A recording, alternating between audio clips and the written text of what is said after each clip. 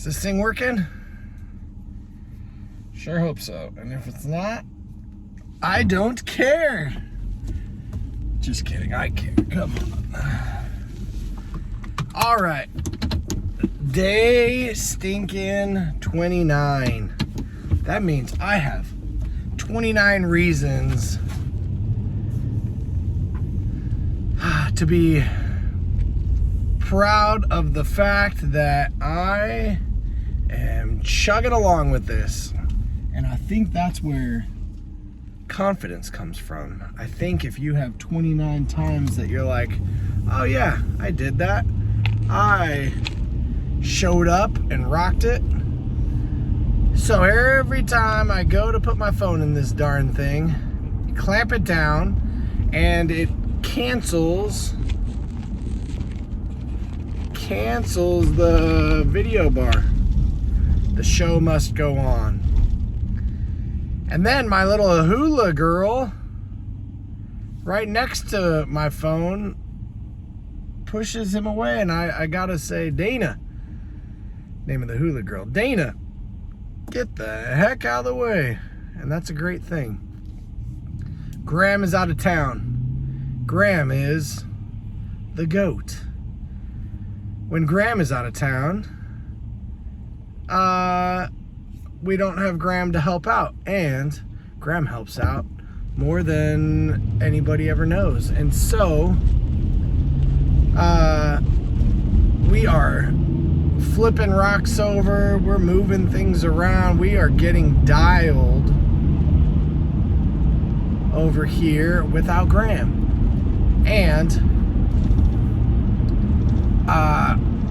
not that I don't appreciate her, because that sounds ungrateful, but it's crazy how many moving parts are going on. And when your help is visiting Uncle Ryan in Seattle and Uncle Great Grandpa Coolman, all these people, man, lots of moving parts, which is a good thing. The rain was not nearly as cool as the rain should have been. I shut my sprinklers off, hoping to like soak up the rain. Not enough rain. I did fill up a trash can, which is my brain loving to save the water that comes off the roof for my kids to throw on the plants, water things. Like, if you lived in a place that rained all the time, you wouldn't have to water your stuff. Like, my brother does not have sprinklers at his house. That's a wild thing. If you don't have sprinklers here in Bakersfield, man, you're living on a dirt lot, and that's not fun. But it is all good. And today we are collabing. What the heck is a collab? It's where you get two programs together and you say, hey everybody, we are better together. Let's get together and have some fun. And what I'd like to say about collabs is it is one of my most fun times at school, seeing kids interact with other kids. I think a lot of adults see young kids these days and by gosh, they're on their phones way too much. But you give them opportunities to talk to other kids, and man, they excel. They love it. They want it. It's great. And I have enough kids, and then there's one kid that pops out in my brain who last year was not a fan of these meet and greet things and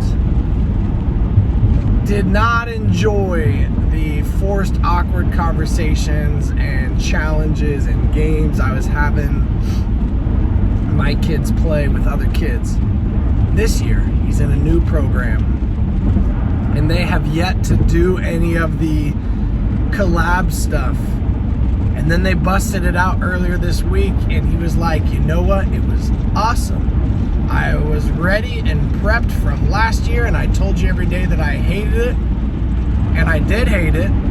But what I didn't realize is it was prepping me to build relationships moving forward, and he is very grateful, not because of me, but just very grateful that he was kind of forced to pull greatness out of himself. And sometimes you have to forcefully pull all the great things out of people, because a lot of kids are afraid to show their greatness. They don't know that they have it. They haven't tapped into it yet. They might not know it exists.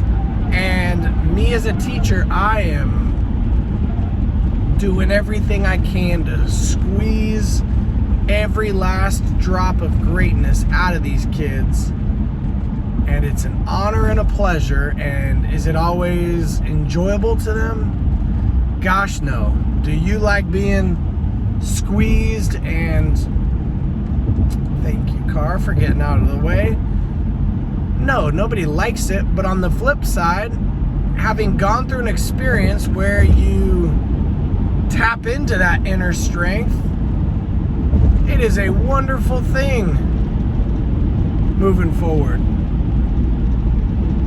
When somebody in front of you does something dumb in a car and kind of slams on the brakes and is in the fast lane, not knowing what to do, and then gets over, and then you pass that person. She didn't make eye contact with me, but I always catch myself wanting to judge that lady. On the flip side, I have had kids in my car that have said, "Dad, I gotta pee," and started peeing in their car seat. There have been plenty of times where I maybe wasn't the most present driver.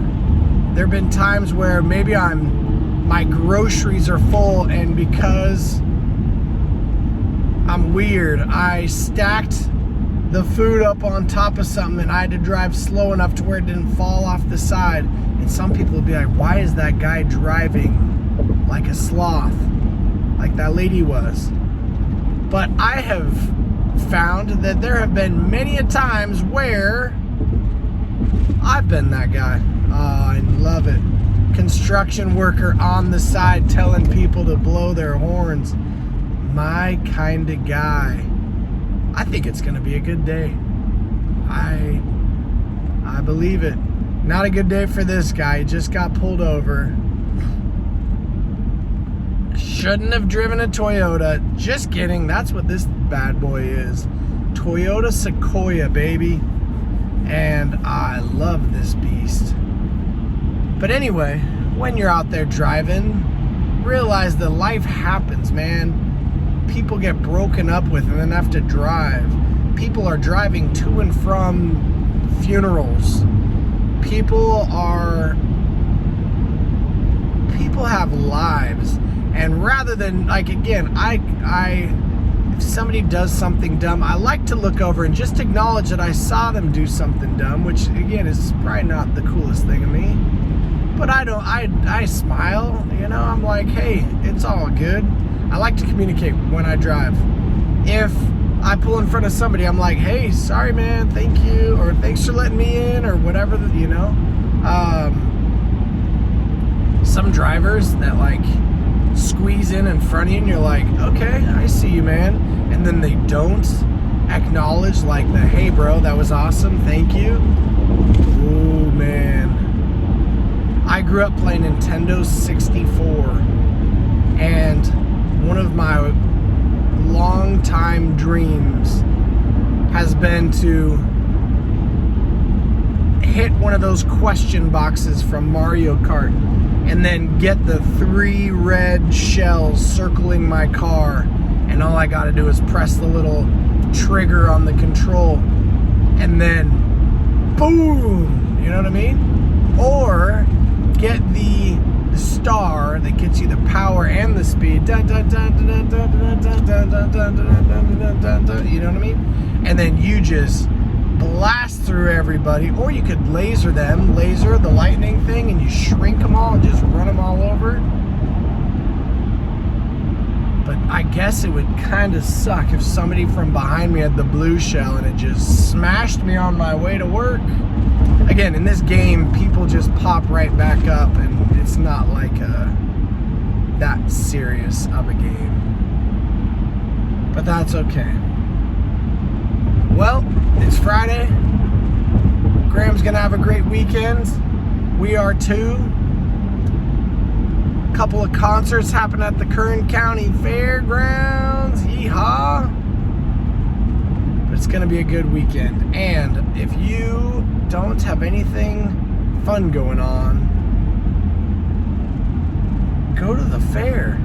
I don't think you can have a bad time at the fair unless you catch the cows delivering like right when you're eating your funnel cake. That just gets a little funky, you know what I mean? All the animals, remember I'm out on the farm. Most of the FFA animals that are being shown came from my farm. So I've been seeing pigs walking around, goats being sheared. Do you shear a sheep or do you shear a goat? I don't know. But I've been seeing lots of animals get trimmed up. And they're getting trimmed up to go to the fair. And they're going to the fair to kind of be auctioned away. And they're being auctioned away for... I guess it depends who buys it. But I would say a majority of people buying goats and sheep and cows at the fair might be hungry. And that's kind of sad, right? You name a goat and you work with a goat and you shear a goat, and your goat has babies, and your goat has a family, and then you get your money by showing the goat, and you guys get where this is going. Okay, hey, it's cloudy today, no need for glasses. Collab day. Go collab with somebody, talk to someone you've never met, and remember to always